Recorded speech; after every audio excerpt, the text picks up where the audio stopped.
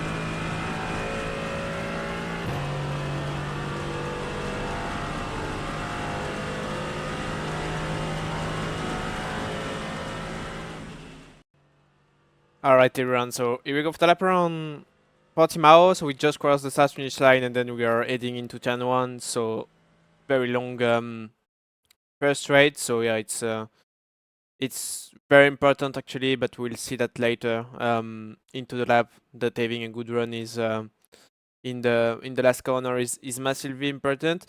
At first, just focusing on T1. So as you can see, 150 on the left. That's the board we will look at on rain conditions. You are going to brake, of course, a bit later and a bit more to the left. So basically, the middle of the curb is going to go in the middle of the car on dry conditions. But this time on the wet, of course, we will avoid all the curbing around the track.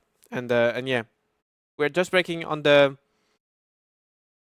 I would say the normal dry line, I would say, even if, of course, I would say the normal dry line in real life. Of course, on iRacing, you can do some, you can extend a bit the racing line to the left. But yeah, if we're checking at Delta, not a massive braking, not a massive braking. I mean, all around the lap on dry, of course, I'm going to brake a bit harder because, yeah, the fact that it's dry gives, of course, braking performance, but on wet you cannot brake fully because the car is just going to go straight. So yeah, you really have to work on the brake. As you can see, just at T1, around 78% braking, so it's not a massive amount of braking. As you will see, just going on the brake at the 150. So yeah, I guess it does match the white line actually. If we are just going back slowly, yeah. So just a tiny bit before the 150, but it's pretty close. And then as you can see, I will just hold the brake, trying to slow down the car as much as I can. Main focus will be to not enter the T1 with too much speed, otherwise you will carry a lot of understeer on the exit. So yeah, as you can see, releasing the brake when I'm getting close of the 50 on the left. And then as soon as I'm getting near the 50 with the this line, which is, I guess, the yeah, that's the end of the pit exit with the blue cone on the right. Then as soon as I'm getting past that line, I'm starting to steer to the right, keep slowing down the car, but then as soon as I'm into the corner, I just release the brake, go on throttle, and then the main focus will be to get the rotation and get the speed out of this one. But at the same time, it's important to not go too fast full power, because then, of course, if you end up getting the curb, and as you maybe saw on the onboard, it makes a sort of bump, this bump. So yeah, if you are going full throttle combined with the curb and the bump, you will most likely get a lot of oversteer. So yeah, and as you can see, I have been patient on throttle, so I kept the full throttle like a bit later into the corner exit, and as you can see, I have quite a nice margin to the curb on the left, because of course if you get the curb on the left, you will lose a lot of traction, so you lose a lot of time, and yeah, the exit is really decent. Getting the curb on this kink, of course, avoid the sausage curbs.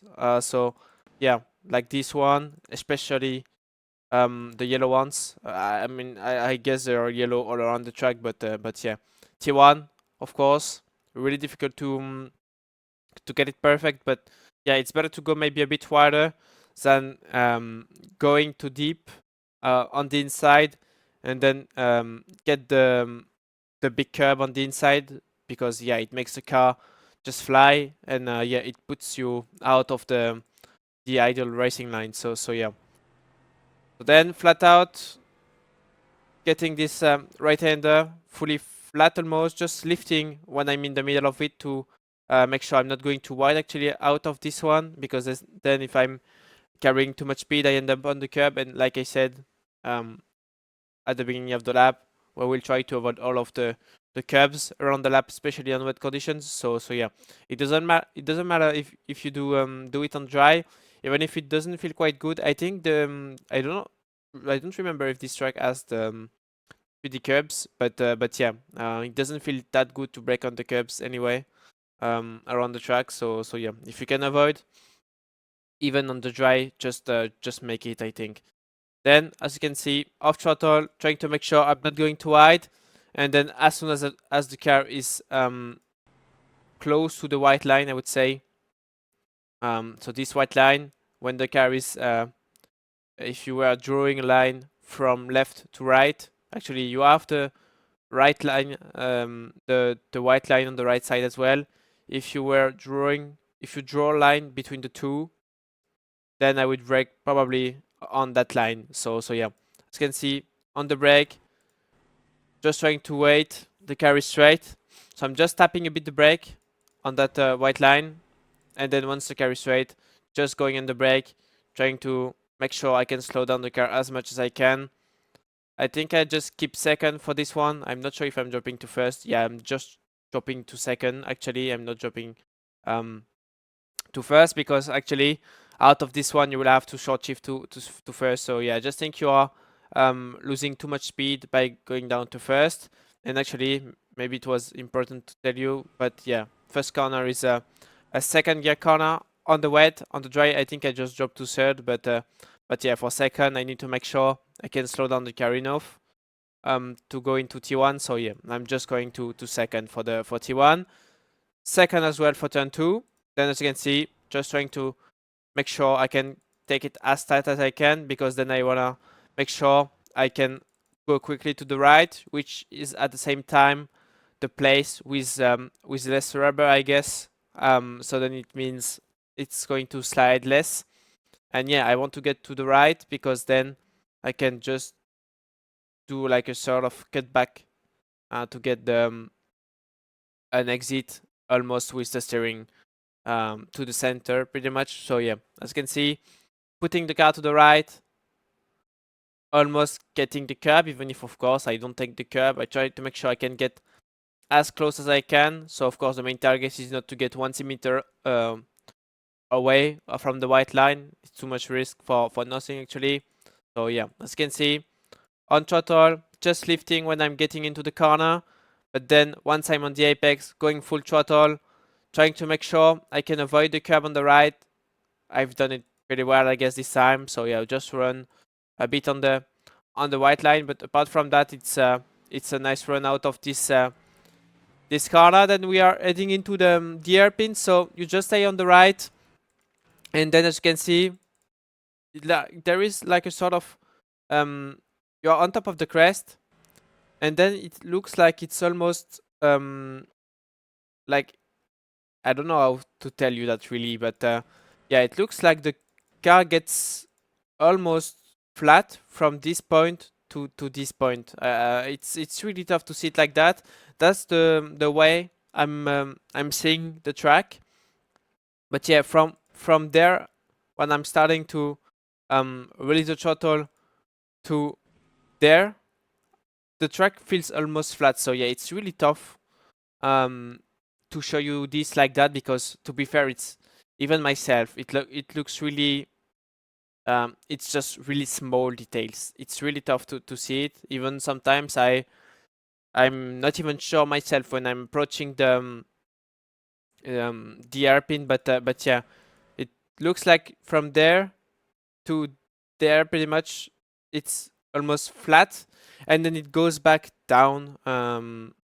It goes uh, more downhill, I would say. So yeah, that's pretty much the way I'm looking at this. So yeah, I would say on dry, I'm braking a bit closer to the end of the flat part, I would say, even if it's still going downhill, but it's going less downhill than before and after this thing. So yeah, on dry I'm braking closer to this to that point, but yeah, on dry on wet, of course, you have to brake a bit earlier. So yeah, when I'm on top of the first first reference I told you, I'm just going on the brake, releasing the throttle, going on the brake. As you can see, it's quite a deep braking zone. I think it's the deepest braking zone of the track actually, because with T1 we can carry quite a lot of speed, through T1. But yeah,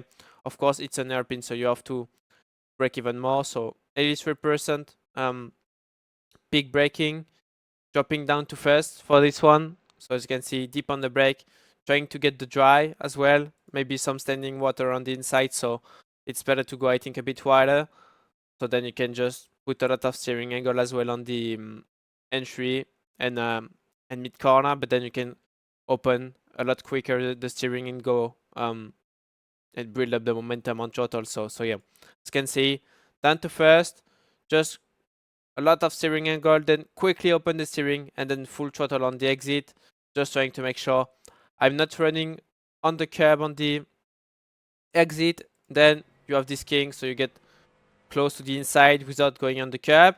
And then interesting part, so basically just trying to avoid the actual racing line, the dry racing line, because it makes the car really slippery. So I'm just basically running a bit more to the right, a bit closer to the inside of the middle of the track. And then when I'm getting past the beginning of the just between this white line, which is the point, I'm starting to apply the brake on the dry. Just between the beginning of the curb and this white line, I'm just going to go on the brake, release the throttle, bring the car into the corner, get the curbing on the inside, and then it's really important to hold the brake long enough and be gentle on throttle to make sure you're not going to widen the curb on the left, because then if you get the curb on the left, the car is going to lose some grip. So yeah, as you can see, getting a decent amount of curbing. I think I'm just putting the right wheels almost in the middle of the curb. So yeah, it doesn't make the car really slide or anything. The grip is still really decent. I think I would lost more by avoiding the curbs. So yeah, in my opinion, it's good to take the curbs. And yeah, like I said, all the brakes are long enough, and then just be gentle on the throttle to not end up going too wide on the left. Then once you're getting past the white line, just go on the brake, stay on the left, have a wide corner, I would say, at least a wide entry, and then you can just get closer to the inside without going on the without going fully inside. But yeah, as you can see, just going a bit wider. So yeah, if it was the dry, I would go way quicker to the inside. Of course, you cannot see that from the cockpit, but yeah, if I'm showing you from the this camera, I would do something maybe like this on dry. But yeah, this time, as you can see, I just need to go much wider to avoid maybe standing water on the inside, and then I have a decent exit. So yeah, as you can see, if we are jumping back into the cockpit, going wider, just trying, you see, you can see the very edge of the curbing, so it says pretty much how far I can be from the curb, but at the same time I'm not so far away from the curb. So what I mean is that you don't need to go too wide, because of course you are going to get the grip, but you will just longer the distance. So yeah, I'm far from the curb without being too far away from the curb. So yeah, I'm maybe in the middle of the track. Then out of this corner, just trying to make sure I can open the steering as quick as I can. Was a second gear corner, as you can see, using second, fully on throttle, just trying to make sure I avoid the curb on the left, of course. Then I will stay on the left side of the track pretty much. I will just go from there in the middle of the track, but as you can see, I will just try to avoid all of these rubber parts of the track, because this is a really slippery part, I would say. Even if I'm crossing this to get wide into this one, I will of course lose the momentum, because I will have to slow down quite a lot. And yeah, by going from the left to the right, I will have to cross this rubber, and this means I will just pretty much for maybe a split second lose the grip, but it's going to make the transition quite difficult. So then to then turn to the left. So yeah, I just prefer to stay on the inside. And like I said before, it doesn't feel too bad actually to get the curbs, to drive on the curbs, at least in a few in maybe the corner we saw before. So this right one and this left one. In those two corners, it's actually the two corners, quick corners, I mean, where it doesn't feel too bad to drive on them. In most of the track, especially under braking and slower corners, it's really bad to drive on the curbs because you lose a lot of grip. But actually, in some of them where you are going really fast and the arrow is playing a big part, I would say, it doesn't feel too bad actually to use the curbs. So yeah, especially in those two corners. So yeah, as you can see, I'm going really deep on the curb, and it makes the car rotate actually. So yeah, just need to make sure you are releasing the throttle enough, because of course if you make it flat out, you will just end up going too wide there on some sort of paint, or yeah, the curb and then the paint stuff. And you will also get a slowdown if you are going wide there. So yeah, at first the car is going to feel terrible because you won't have any grip, and then you will also get a slowdown on top of that. So yeah, just make sure you are not too greedy, I would say, when you are getting past this left one. But yeah, as you can see, getting a decent amount of curbing. And yeah, once I'm out of this one, then I just play with throttle, trying to feel when I can or when I cannot go full throttle, and yeah, just trying to avoid on the outside and the exit of this one, the curb. Then once I'm on top of the crest or near the top of the crest, just going in the brake, trying to go middle of the track, dropping to second. I think I dropped to second for this one. Yeah, I'm dropping to second. Just slowing down the car, going on the brake, just trying to bring the car into the corner. On the brake at first, but then once I'm getting into the corner, Then I'm just going on throttle, trying to find the rotation.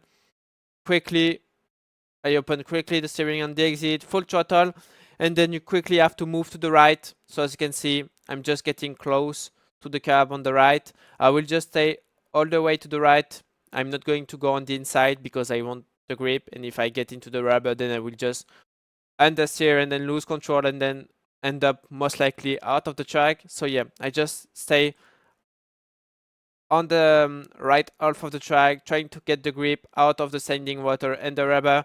As you can see, the car doesn't move. The car is quite stable. So yeah, up to fourth gear, and then into this corner, just close. Actually, we are entering the last sector of the track. I believe. So yeah, it's this corner. So yeah, quite a kind braking. It's not like a massive amount of braking. It's pretty much like the double right we saw just before. Yeah, you're braking quite kindly, I would say, from the hairpin. This is really you don't have massive braking zone. That's what I mean compared to the T1. Um, this one as well, the turn 3, I guess, and then yeah, turn 5. That's the few corners where you have to really brake harder because you arrive with more speed. But yeah, in the few others from the half of the track, I would say, or maybe the 1/3 of the track. Then when you get past the 1/3 of the track, then it's a bit more gentle. Just try to make sure you can carry enough speed through the corners. So yeah, as you can see, it's not big straight and then deep braking. It's like um just you are having different medium speed corners on your way. So yeah. Once again, back to this one. Not a big braking, 57 or 58% big braking. But then as you can see, I'm just releasing the brake, trying to get the rotation all the way to the right. Of course, it's the same braking as the dry actually in terms of where I'm putting the car. So yeah, as you can see, when the car is maybe 10 meters away from the white line, so it's tough because there are no reference really. Just pretty much when you are between the two, actually, between this white line and the second one, this first line and the second one, you don't really focus on the first one, basically because you are still into the left turn, and at the same time, yeah, I think we've got past the white line. Yeah, we just see really briefly that the white line on the right side. So yeah, if you can look at it, I guess then it makes the reference easier. I know that I'm doing a bit by instinct this one. I'm just trying to make sure I'm not braking too late. So I think I managed pretty um well this corner without having a proper reference. But yeah, if I had to use like two proper reference for this braking, I would use the halfway between this line and the first one, which is just after the left one. So yeah, braking in the middle of the two. Like I said, around 58% braking. Then I will just drop to 2 seconds. Just try to make sure I'm not going on the curb on the inside. Just trying to make sure I'm not going to early full power on the exit because I don't want to end up going too wide as well and getting too close from the curb. Basically, I want to make sure I'm not running on the curb. Then once the car is fully straight, going fully on throttle. And then as you can see, I'm just trying to stay a bit closer to the inside of the track. If I'm going too deep to the left, I will just lose the grip. I would get on the rubber and then I will just have the car really slippery, I would say, on the entry. So then I will end up going wide. Of course, going wide is going to give me grip. But yeah, I can also have the same grip on the inside. Just need to be careful on the exit of the corner. So basically, I will need to make sure I'm not going too quickly full throttle, and most likely I will also need to shift early to third. So yeah, as you can see, basically when the grass ends on the left side, I will just go on the brake, I will drop to second, I think, for this one. Dropping to second, trying to make sure I can stay on the inside. So basically staying on the inside, still on the inside. Up to third, so as you can see, I'm going to third pretty early. As you can see, like I said, I think I went a bit too maybe late on third, or maybe I've been too aggressive. I've been too aggressive on throttle. That's possible actually, because this is when I'm putting I'm going more aggressive on throttle that I'm leaving the oversteer. I haven't lost that much time, to be fair, so yeah, it was quite okay. But yeah, I think it was close to disaster. So yeah, I think if I had to redo this, I would go maybe a bit earlier into third, or then maybe a bit more kindly on throttle. But yeah.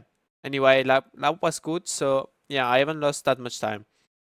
So yeah, stay on the inside, and then for the last corner, just pretty much do the same as what you would do on dry, of course, without going too deep on the inside, because of course you have the curb, you have the painted stuff, and potential standing water. So you just try to get close to the inside, but without going too deep on the inside, as you can imagine. So yeah, just at the end of the curb, just release the throttle, just bring the car into the corner, no braking, and then of course you just try to keep maybe 2 or 3 meters of margin to the inside, and then just play with the throttle.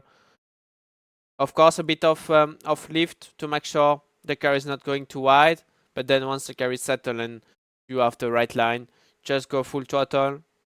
Nothing to really worry about into this last corner. Actually, it's really easy. But yeah, it's important to lift a tiny bit like this if you feel that the car is being pushed wide, because then if you have to do that lift later into the corner, this is really there that you are going to lose time. So yeah, by doing the lift early, it's fine, because then if you manage to get full throttle, you won't really feel the difference if you add the lift or not.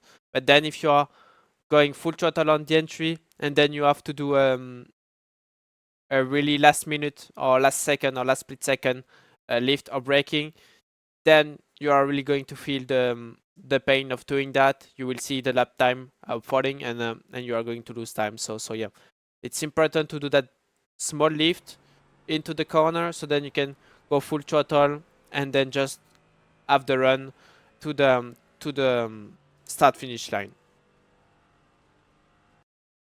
Alright, so we are done for today. That was the week 9 lap guide of the Falcon Test Sports Car Challenge around wet Portimao with the AMG GT4. Don't forget to like and subscribe to the Coach Dev Academy channel, and join the Discord server if you have any questions about all the work we are providing. And yeah, I see you next week for the week 10. See you next time. Bye bye.